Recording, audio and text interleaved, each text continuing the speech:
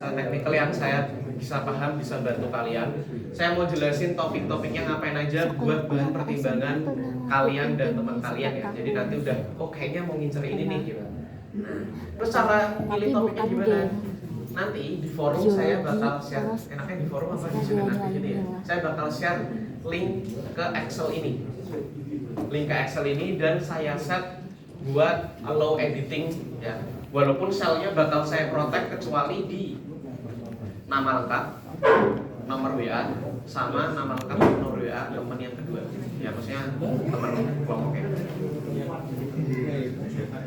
Nah di sini saya nggak akan nge-review. I will not reveal the lecture that has this topic because based on the past experience in B26 and B27, that is student tends to choosing the topic, actually choosing the lecture instead of the topic. Jadi berdasarkan B26, B27, mereka tuh punya kecenderungan lebih pilih dosennya bukan topiknya. Jadi ada dosen itu yang 2 tahun berturut-turut, 2 angkatan berturut-turut, topiknya nggak ada yang ngambil. Nah, kayak gitu. Jadi saya berusaha adil ke dosen-dosen CS Semarang. Jadi saya bilang buat tahun ini, angkatan B28 ini, saya nggak akan nge-reveal yang punya topik itu dosennya siapa. Jadi pure kalian pilih topiknya. Nanti dosennya ya, tada, gitu. Kalau udah di closing baru saya review dosennya siapa. Yang penting bisa ditanyain. Oke, saya bahas topik pertama dulu. Ini wajib kumpulin di mana, Miss? Ini. Temanya. Ya, ingat ya teman-teman, kalau di kelas saya kalian boleh mengerjakan apapun, boleh melakukan apapun kecuali berisik. Mungkin kalau yang udah pernah di kelas saya udah paham ya. Kalian boleh main game, boleh tidur, boleh ngerjain tugas mata kuliah lain. Saya bolehin, asal nggak berisik. Oke. Tema: analisis kinerja algoritma optimisasi pada regresi BUR 12. Contoh judulnya, ini contoh judul berarti nggak fix ya. Belum fix, tapi temanya seperti ini. Contoh judulnya Computational Efficiency and Convergence Behavior of Optimization Algorithm in BUR 12. Jadi dosen ini dia tuh sebenarnya udah ada topik penelitian, bahkan dia udah ada rencana judulnya apa. Kayak gitu. Nah, deskripsinya di sini. Penelitian ini membandingkan secara komputasional, ini bisa di penelitian ini membandingkan secara komputasional beberapa algoritma optimisasi yang umum digunakan untuk estimasi parameter pada regresi BUR 12, yaitu Newton, Raphson, memang. Evaluasi kinerja algoritma dilakukan berdasarkan beberapa indikator utama, yaitu komputasi sebagai ukuran efisiensi, jumlah iterasi, stabilitas convergence dan lain-lain. Nah, jadi kayak gini teman-teman. Yang namanya research method itu mungkin agak beda dari mata kuliah yang lain. Yang namanya research method itu memang kesannya kayak, ini kok ilmuwan banget ya, teori banget ya. Ya, semua jurusan ada research methodnya, kecuali DKV. Kecuali DKV. DB ada research methodnya. Teknik industri ada, SI ada, digital psychology ada, CS juga tentu ada. Nah, di sini kita tuh lebih ke arah latihan berpikir saintifik, dan ini merupakan mata kuliah core-nya seorang sarjana. Oke, kalian cek di perguruan tinggi manapun, mostly ada yang namanya mata kuliah metodologi penelitian. Kenapa? Karena yang namanya sarjana itu dituntut ketika nanti udah lulus itu bisa berpikir secara empiris, empirical thinking. Maksudnya apa sih berpikir empiris? Misal kayak gini, kalian katakanlah sedang berargumen sama bos kalian. Kalian bekerja sebagai software engineer, ya.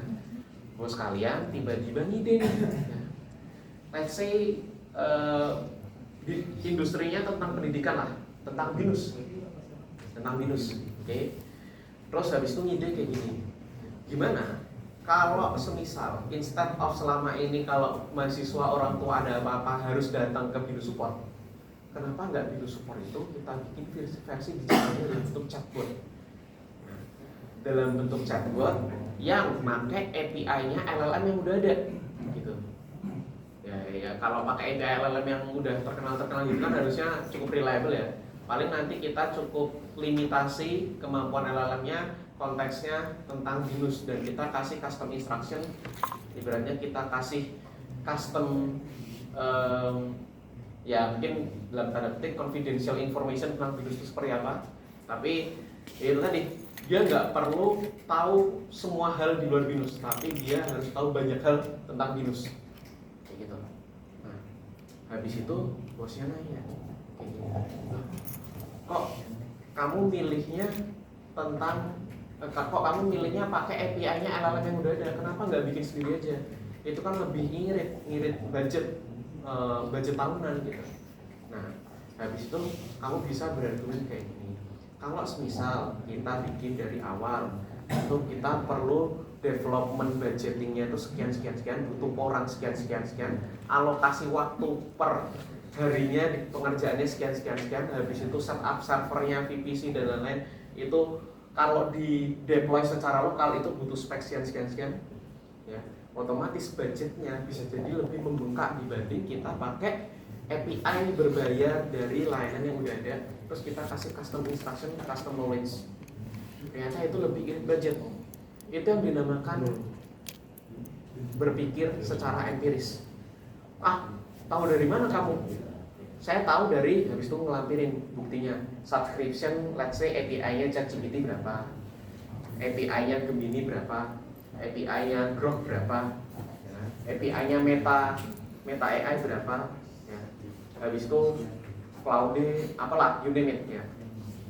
Dibandingkan sama development AI yang bikin sendiri dari awal, collecting datanya, trainingnya butuh berapa, kalian sertakan bukti-buktinya, screenshotannya, Excelnya, RAB-nya, gitu kan. Itu namanya berpikir empiris, ya. Mirip kayak ada orang nanya kayak gini, sebenarnya laptop sama HP itu oke nggak sih kalau ditancepin terus ke charger gitu? Oh, ada yang bilang nggak apa-apa, sekarang udah pada pinter-pinter operating sistemnya, udah bisa nge-cut off gitu kan. Ada yang bilang jangan, itu cepet kembung, harus kayak gini gitu kan. Beli HP pertama kali itu harus dicas selama 4 jam dulu baru boleh dipakai. Nah, buktinya apa? Oh, dari dokumentasi resmi manufacturer-nya. Oke, berarti valid ya, karena ada buktinya. Beda sama, oh katanya temanku kayak gitu. Lah emang temanmu siapa gitu? Katanya teknisi di Matahari kayak gitu. Sekarang udah gak ada materi ya. Teknisi di Java Mall kayak gitu. Emang dia lulusan apa? Emang dia pernah kerja di manufaktur HP? Emang dia pernah bikin baterai sendiri? Emang dia pernah bikin OS sendiri? Kan enggak. Itu yang dimaksud dengan berpikir empiris.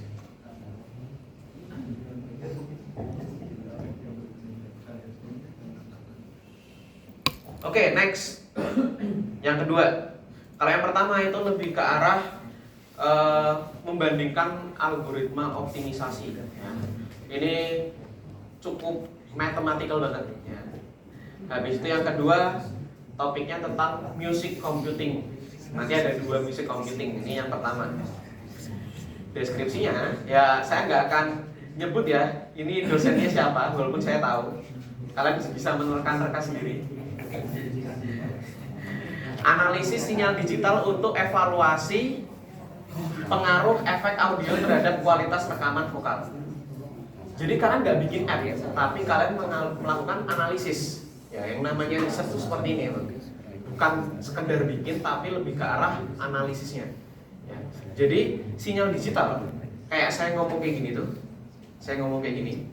yang keluar dari mulut saya itu adalah gelombang analog, masuk ke mikrofon ini masuk ke kabel, itu udah jadi sinyal digital, ya kan?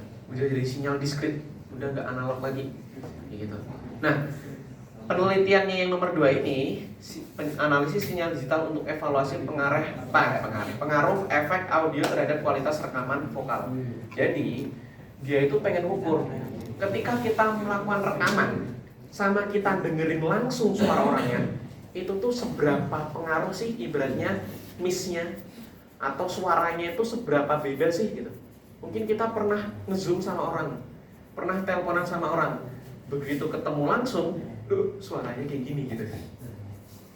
Nah kita lagi topik yang kedua ini, itu pengen mengukur seberapa beda itunya. Jadi antara suara analog sama suara digital itu seberapa beda. Itu topik yang kedua. Topik yang ketiga, model hybrid untuk deteksi URL phishing. Phishing itu banyak phishing ya teman-teman. Nah, silakan diterka-terka ya siapa ini yang punya topiknya. Melakukan pengembangan model hybrid antara machine learning dengan LLM, large language model, untuk deteksi URL phishing. Kalau yang ini saya rasa cukup mudah dipahami ya. Ya intinya bikin AI buat mendeteksi suatu link itu dia scam apa enggak gitu. Oke, lanjut. Itu topik ketiga.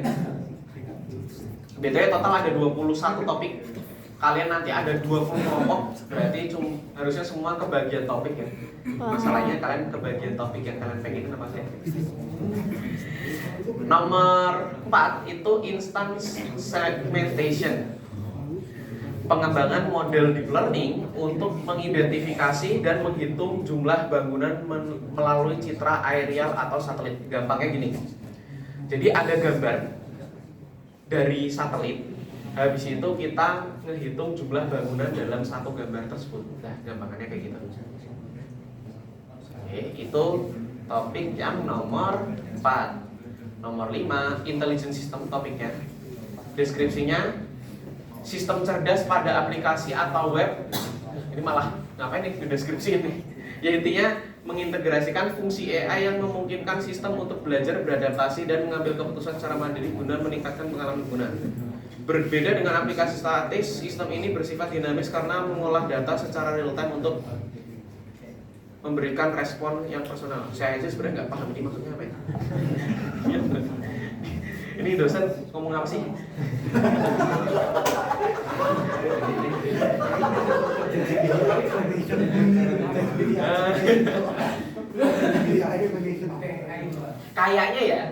Kayaknya dia itu mau menerapkan AI di aplikasi yang udah ada. Jadi aplikasinya itu nggak secara statis tapi dinamis berdasarkan penggunanya.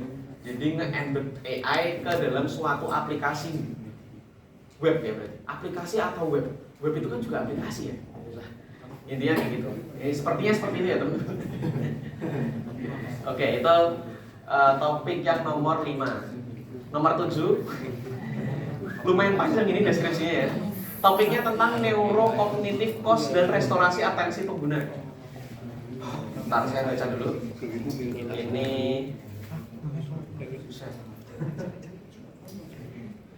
ya, lingkungan belajar modern dia udah nulisin latar belakangnya teman-teman. Mahasiswa untuk mempertahankan fokus di tengah berbagai interupsi kognitif. Interupsi tersebut memicu kognitif sementara yang lain membutuhkan waktu lebih lama. Dengan tersediaan dataset EEG, kognitif suara dapat dilakukan secara langsung. Membangun model analitik neurokognitif yang mampu mengklasifikasikan recovery cepat dan recovery lambat. Syarat penelitian ini adalah dia ngasih syarat dong. Mahasiswa wajib memahami indikator kognitif, pernah mempelajari mengenai klasifikasi, prediksi, dan analisis. Kayaknya dia udah ngasih bare minimum. Jangan dikasih mahasiswa yang dia udah ngasih dia udah ngasih syarat sendiri ya teman-teman. Ini belum saya apa-apain deskripsinya, saya cuma bikin form. Bapak Ibu tolong isi topik dan deskripsinya. Dan dia nulis panjang ini ya. Intinya neurokognitif itu dia pengen membandingkan atau membuat AI ya, karena penelitiannya dia itu tentang atensi. Kayak kalian mahasiswa itu mungkin sekarang ada yang lagi main game, ada yang lagi main HP, ada yang lagi minum ya, minum infused water ya kan, terus ada yang buka laptop ya. Nah itu kalian fokusnya ke arah gawai yang ada di depan kalian. Tapi begitu saya tadi langsung sindir, otomatis sekarang balik fokus ke saya lagi. Nah itu yang dimaksud dengan recovery yang dimaksud. Ada yang recovery lambat sama recovery cepat. Nah dia udah punya datanya, udah punya alat buat ukurnya.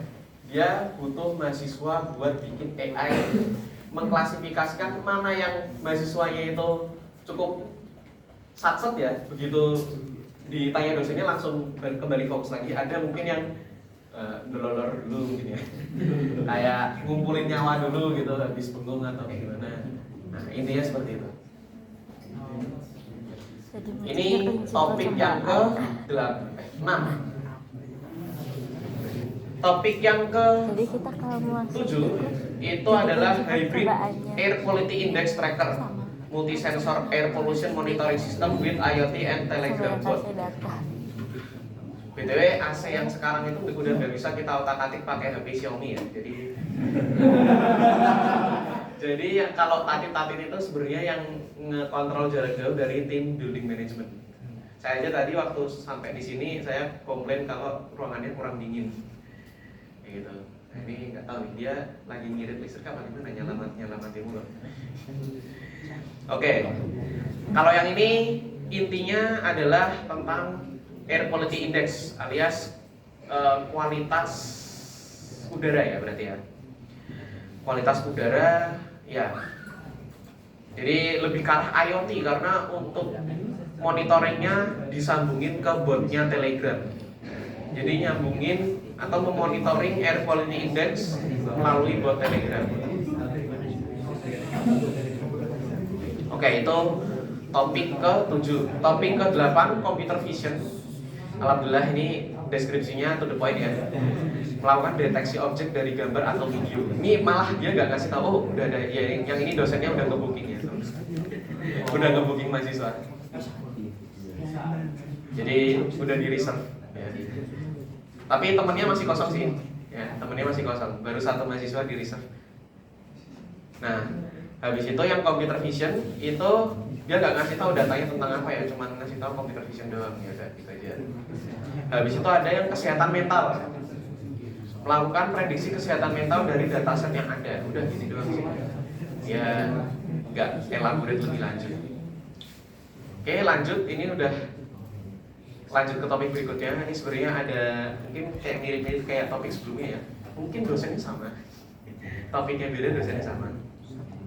Akselerasi komputasi GWR BUR 12 untuk permodelan spasial. Contoh judulnya Accelerating Geographical Weighting BUR Regression. Ya oke lah. Intinya dia lebih ke arah ini kayaknya lebih ke arah kompleksitas algoritma banget ya. Kayak gitu. Ini lebih ke arah situ ya. Untuk ya itulah. Kalian tebak sendiri kira-kira dosennya siapa. Music Computing 2. Nah, ini mirip kayak dosen sebelumnya juga, tapi beda topik. Prediksi persepsi kualitas rekaman vokal menggunakan machine learning berbasis fitur audio. Sebenarnya ini mirip-mirip juga kayak lainnya. Tapi persepsi yang diukur di sini adalah persepsinya.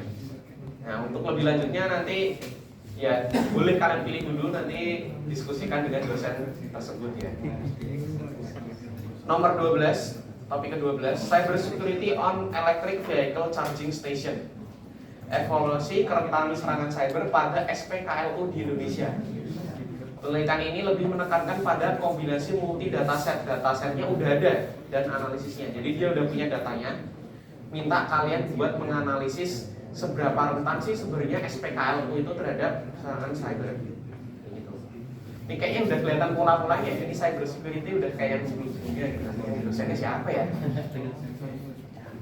Ada anomaly detection. Nah, ini kayak teman kalian ya, anomali gitu dideteksi. Mengembangkan model lightweight berbasis deep learning untuk mendeteksi dan mengenali tindakan kekerasan dari sebuah video. Jadi intinya datanya itu berupa video dan ditentukan kira-kira di detik keberapa terjadi suatu kekerasan. Seperti itu. Terus ada yang tentang explainable AI, XAI. Transparansi mengenai mengapa suatu keputusan diambil dan variabel apa yang berpengaruh serta logika di balik prediksi tersebut. Ya ini dia nggak jelasin datanya pakai apaan, dia cuma ngasih tahu kalau topiknya tentang explainable AI. Jadi gini teman-teman. Mungkin teman-teman di HP-nya udah ada yang namanya weather forecasting. Ya kan? Nah, weather forecasting itu cuman ngasih tahu kalau let's say nanti jam 5 sore itu hujan apa enggak. tapi dia nggak pernah jelasin kenapa dia itu memprediksi kalau jam 5 sore itu hujan apa enggak. Kan bisa aja dia harusnya bilang nanti sore kayaknya sih hujan, karena berdasarkan hari-hari sebelumnya di Semarang itu sekitar jam 4 sampai jam 6 sore itu mulai hujan. Nah itu namanya explainable AI. Gak cuma ngasih tahu hujan apa enggaknya, tapi dia juga ngasih tahu hasil prediksinya itu gara-gara apa. Ini contohnya tentang cuaca ya, tapi nggak harus tentang cuaca, tergantung dosennya mintanya apa gitu nanti. Terus ada juga, ini agak cepat ya teman-teman biar waktunya masih ada. Recovery atensi dengan indikator neurokognitif. Ini kayaknya termasuk dosen yang tadi ngasih syarat ya. Syarat penelitian ini adalah mahasiswa wajib memahami konsep indikator kognitif, pernah mempelajari mengenai klasifikasi, prediksi, dan analisis. Nah, ini kayak dosen yang pernah kena mahasiswa zong mungkin ya, jadi dia agak gimana gitu kalau yang penting ada yang ambil topikku gitu. Atau mungkin tahun lalu dapet mahasiswa tapi mahasiswanya kacau gitu. Akhirnya ngasih syarat kayak beginian. Ya ini transisi kognitif itu ya ini kayaknya penelitiannya dia lebih ke arah belajar mengajar ya, atensi, belajar mengajar, fokus gitu. Recovery atensi tadi kan kita bahas. Next, ini udah hampir mau selesai. Time series anomaly detection in SP32 based environment sensor data using LSM autoencoder. Ini kayaknya IoT banget ya. Mungkin kalian bisa jadiin satu project sama mobile embedded system, maybe. Kalau dosennya siapa ya? Kira-kira sendiri lah siapa. Nah, jadi intinya dia mau menggunakan LSTM untuk mendeteksi adanya anomali yang terjadi di modul microcontroller ESP32. Gitu. Terus habis itu time series prediction. Ini dosen kayaknya dia masih belum tahu mau penelitian apa, jadi cuma ngasih tahu melakukan prediksi terhadap data time series.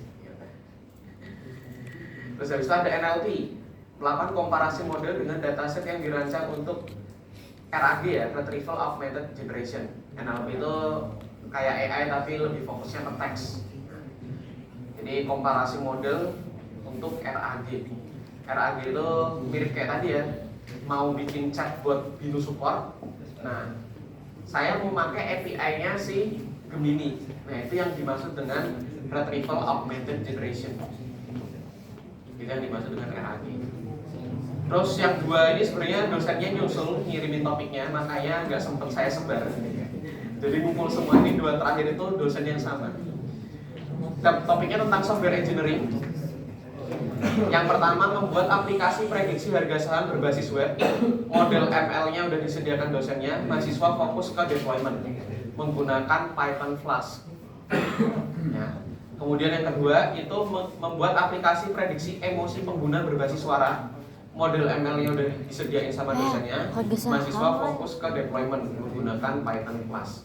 Kayaknya dosen ini dia lebih butuh mahasiswa buat bikinin aplikasinya gitu. Seperti itu teman-teman, 21 topiknya. Nanti kalian tinggal ketik di sini. Oh ini belum saya kontak dulu. Ini BTW.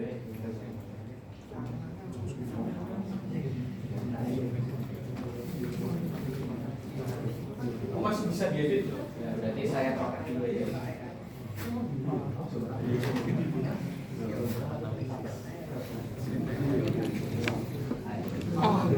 Mau yang mana? Ada yang itu bikin aplikasi berbasis. Oke, jadi setelah saya pertimbangkan, kayaknya nanti saya bakal share buat topiknya itu di activity sesi 1 ya. Di sini nanti akan saya upload, kalian siap-siap refresh buat activity-nya. Terus habis itu silakan diisi nama. Ya, satu topik satu kelompok. Jadi satu topik 2 orang.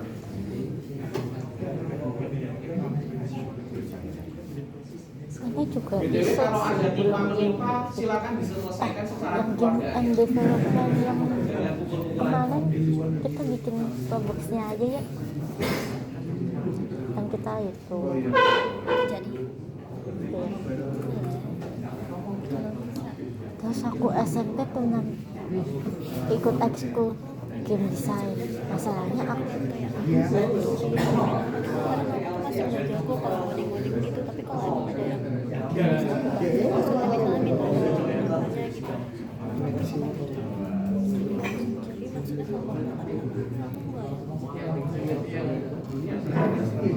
kalau lari dari tugas gitu kayaknya bisa sih.